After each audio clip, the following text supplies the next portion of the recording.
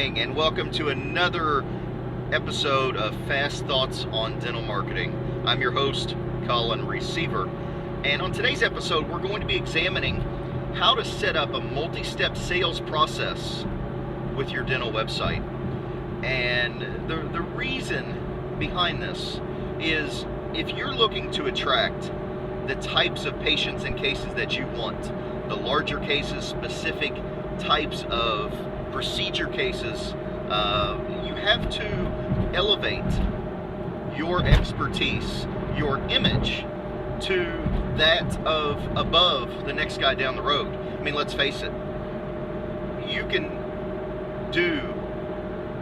have the best hands and do the best clinical dentistry, but if you don't relay that accurately to your patients or your prospects, if you don't set yourself up to be that guy that is the go-to guy in the community that can do those types of procedures, the community at large is never going to know or want to come to you for those cosmetic procedures or implant procedures or sleep apnea procedures or whatever your niche is. So the purpose of these podcasts is to educate you on what's available with dental marketing so that you can make an educated decision on if it's good for your practice. On today's episode, we're going to be examining how people raise their hands with your marketing, how you can reach out and touch them more, how you can educate your prospects before they ever call or come into your office, and how to advance people to the next stage in the sales cycle. What you don't want to do is you don't want to be that 19-year-old dude that goes for the kill after the first direct mail postcard. So let's jump right in. I'm going to start with what is usually the first entry point of any web marketing campaign, and that's the opt-in form. And the opt-in form can take on many shapes and sizes. You could offer a white paper you've written, a free report on how to have the smile you want in less than an hour, or how to breathe better, sleep better, and live the life you want if you're doing sleep apnea, or the 9 critical secrets of dental implants, how to chew better and eat the foods you love. So you can tailor a report that kind of acts as the proverbial carrot, dangling it in front of your prospects. And when they see that, they see your free report, or they see you're offering a series of emails, or they see that you're offering a free webinar, or you're offering some sort of informational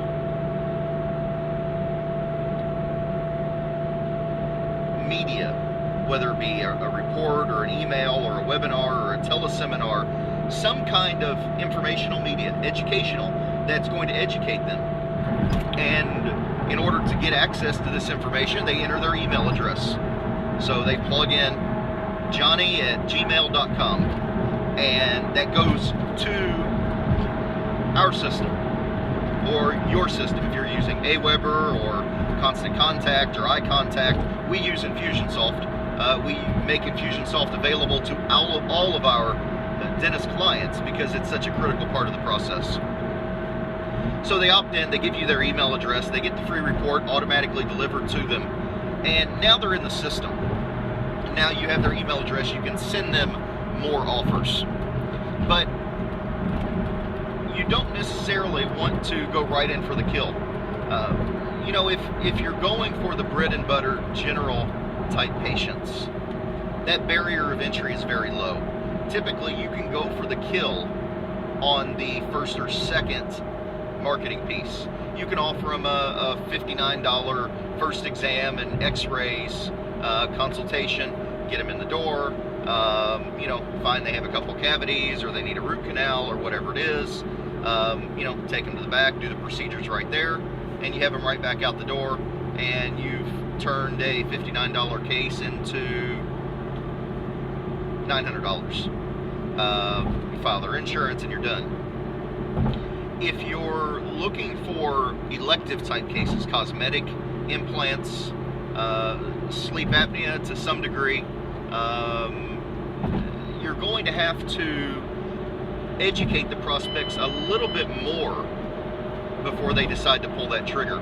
As case size increases, the level of trust required to close that case also increases. So if you want to get them to raise their hand, you're going to have to educate them a little bit. Tell them about not how a dental implant works. Your patients don't want to know clinically how you place an implant, or how you select the size, or how you select the abutment, or how you are the best at molding teeth. They want to know what's going to look beautiful, and they want to know you're going to do a good job.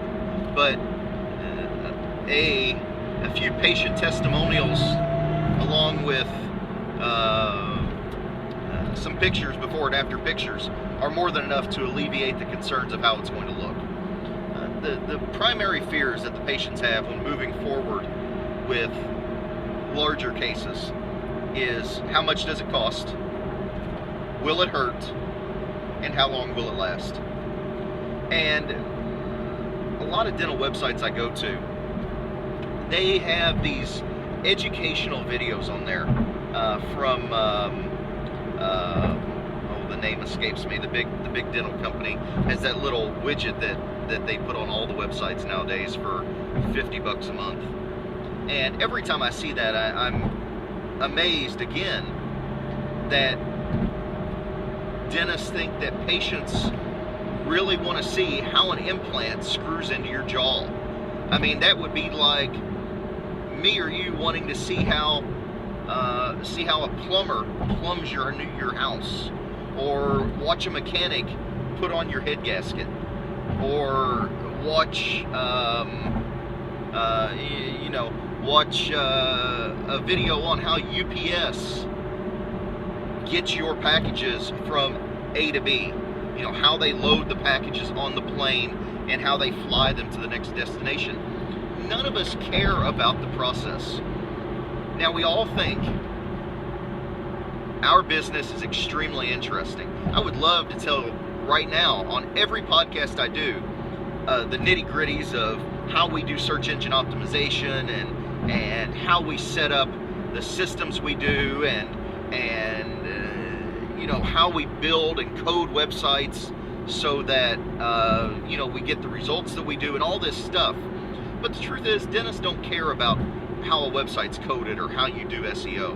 What they care about is, are new patients going to come in my door? Is the time and effort we spend on our website going to generate new patients?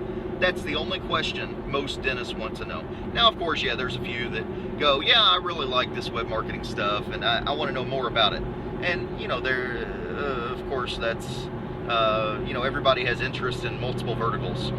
But by and large, 95% of your patients, of your paying patients, are not going to care about how you select the implant, or how you put it in the jaw, or any of the technical stuff that you as a dentist are very interested in.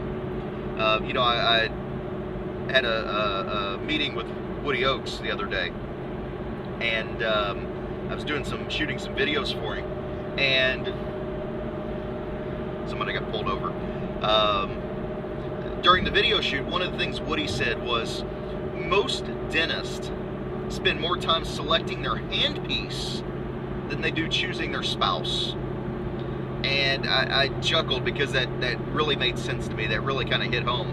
A lot of dentists spend so much time on their clinical continuing education, and they never focus on marketing their practice and actually getting new patients in the door. And frankly, in their defense, this is 2012. This is July 14th, 2012. And we had the 90s, we had the 2000s. Both of them were just absolutely booming. Some of the best 20 years that we've had in the past century. and here only in the past few years have things changed to where you can't just put your shingle out. You can't just hang your shingle out and expect this steady flow of new patients to come in the door anymore. So when you're marketing to these prospects, don't go for the kill on the first postcard. If you're trying to capture dental implant patients, set yourself up to be that go-to guy. Offer them a lot of information. I remember I was sitting in, I'll use Woody as an example again. I was sitting in one of Woody's seminars. This has been 2010. This was April 2010 at Woody's Excellence in Dentistry seminar down in Destin. And one of the speakers got up on stage and said, you don't want to put too much information on your dental website. And it just blew me away that somebody would say that. That somebody would say that you don't want to inform your patients, you don't want to educate them, you don't want to give them all of the information they need to make a decision. You most certainly do. You want to give them everything, but you want to make sure you give them the right kind of information. Your patients don't want clinical. They don't want to know how it works. Because frankly, you showing them how a dental implant works, or how you choose an abutment, or how you, what handpiece you have, or any of that, none of that answers their concerns. You've got to speak. You've got to get inside your patient's head. And your patients have these concerns that they're thinking about. They have these questions in their head, and they might not be asking them, but the questions are going around in their head, like the airport, like your luggage. If you don't get your luggage off the carousel, off the luggage claim in the airport, it's going to keep going around and around and around again. And you got to get your luggage off to leave the airport. And if you want your patients to move forward with case acceptance, you have to get those bags off the carousel. Is this guy going to do a good job? That's a question that you cannot answer as a dentist. You can tell them you're going to do a good job, but how much weight does that really carry if you, as the dentist, tell a patient you promise them you'll do a good job? I'm sure you say it with a lot of sincerity and conviction, but you're still the person saying it. If I tell you I'm going to build you the best website known to man, you can probably appreciate that.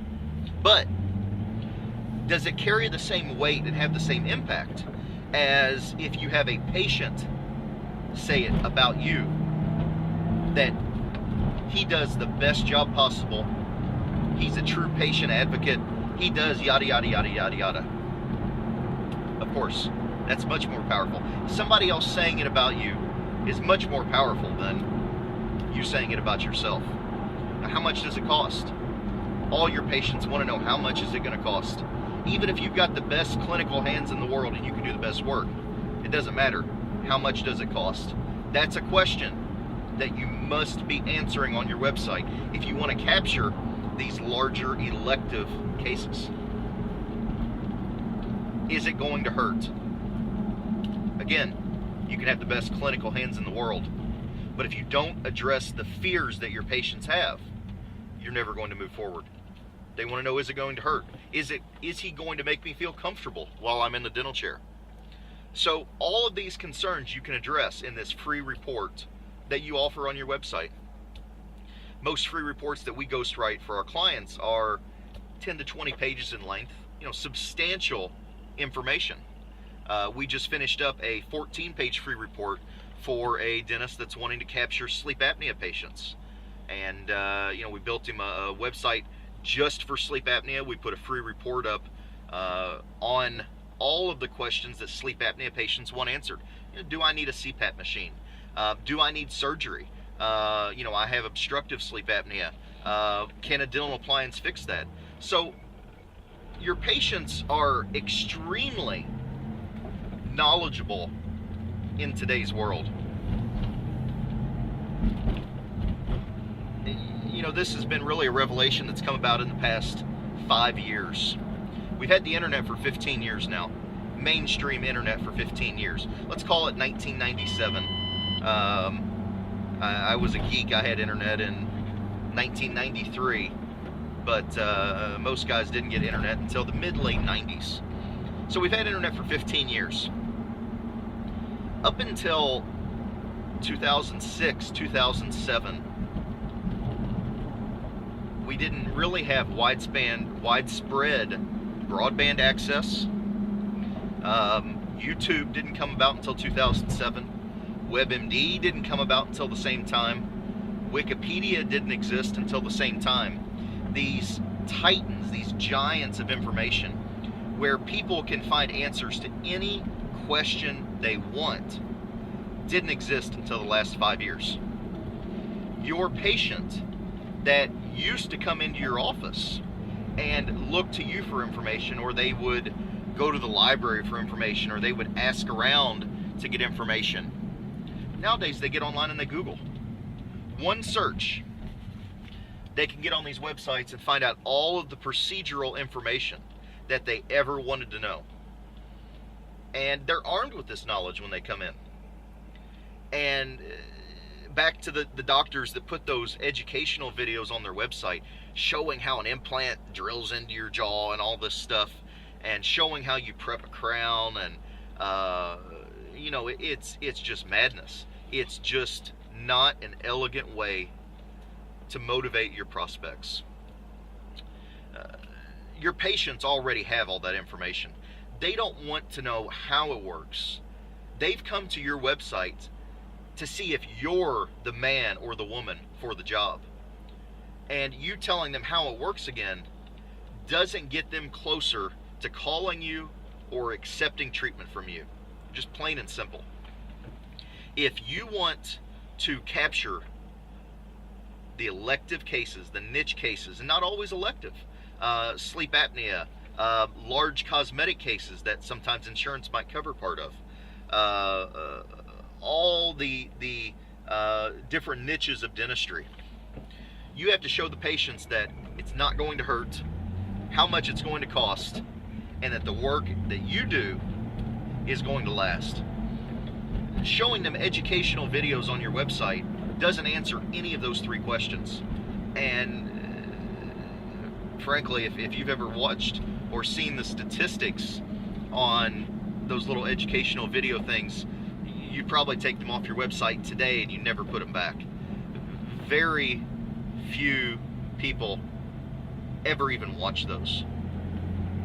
We've installed, using our new advanced analytics, if you've seen on our blog, we can track exactly where somebody clicks on a page, how much time they spend reading certain areas of your web page, and the numbers on those educational videos from Docs. Docs is the company.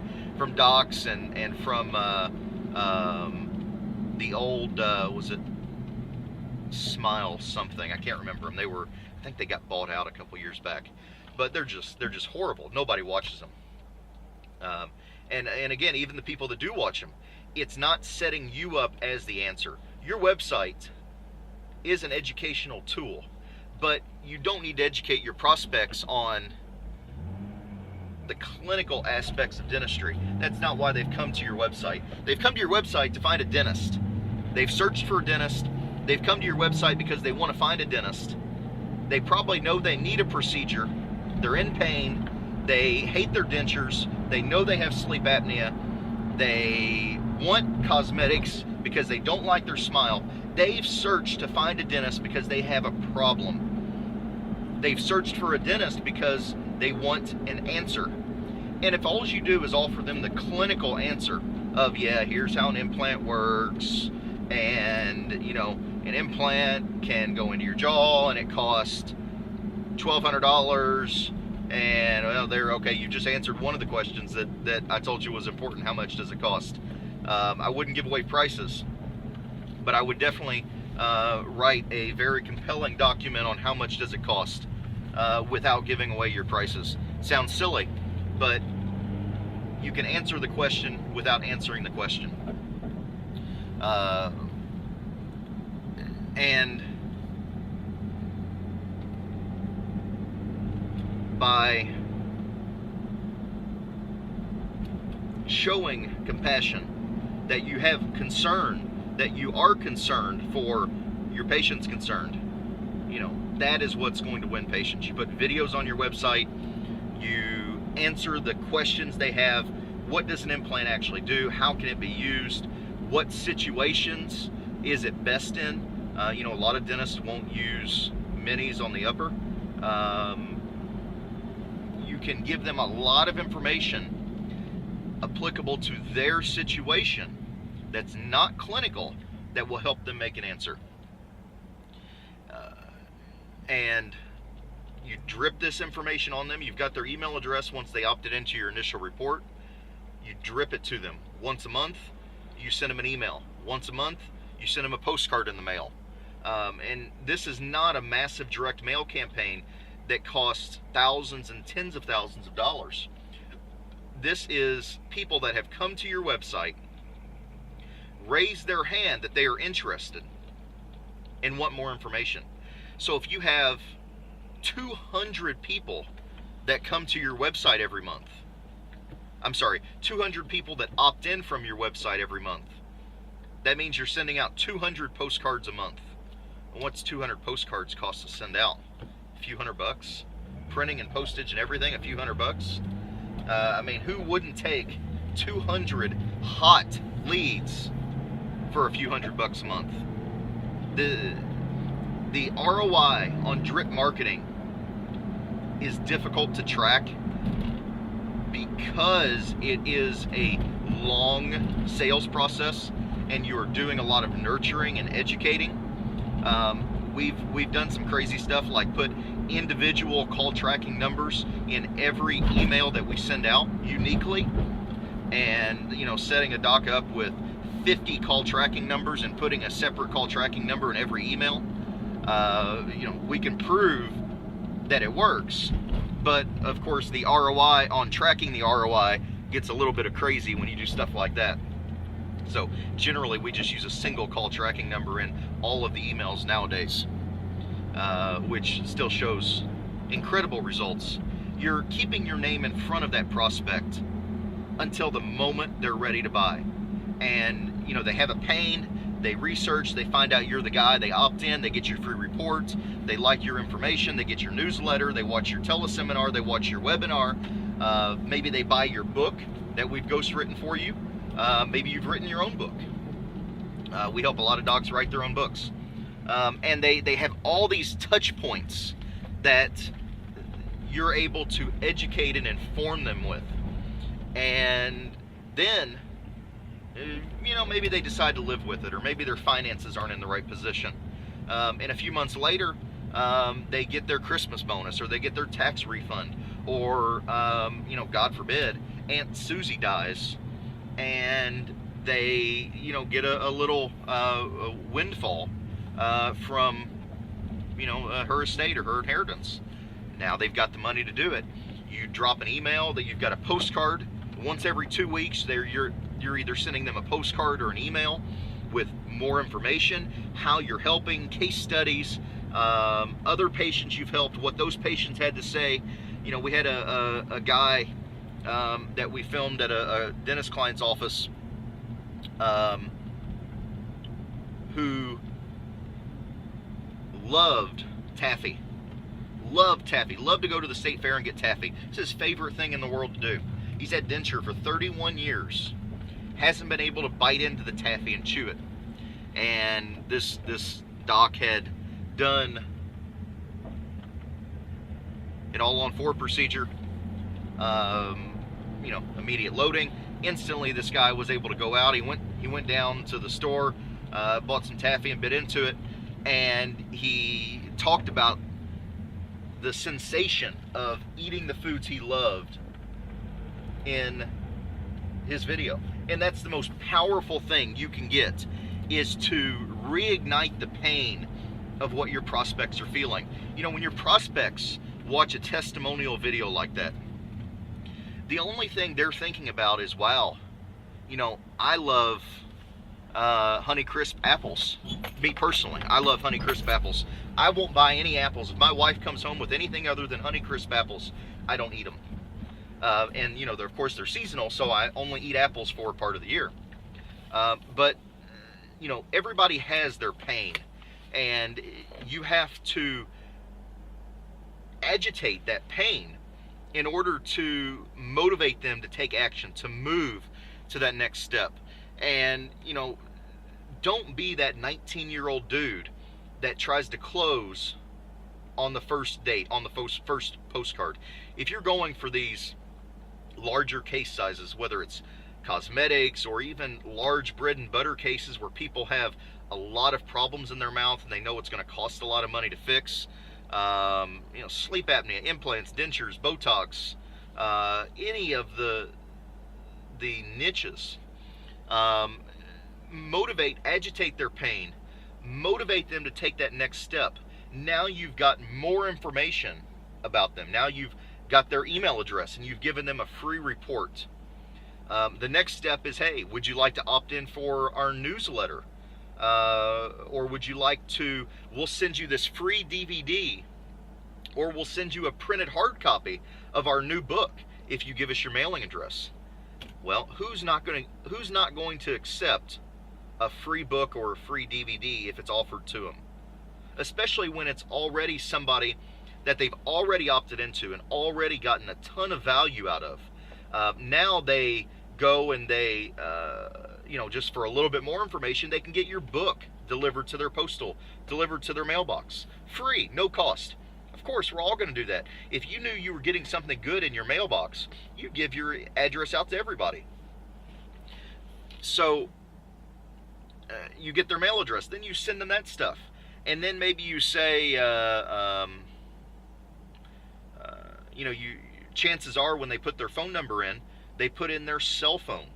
50%, I think this, I'm recalling this statistic right, 50% of U.S. households do not have a landline. I'm going to have to look that up and verify it, but I remember seeing that number somewhere. 50% of U.S. households do not have a landline. I think there might have been an age demographic on that as well, maybe under 50-year-old average household, under an average of 50 years old in the household.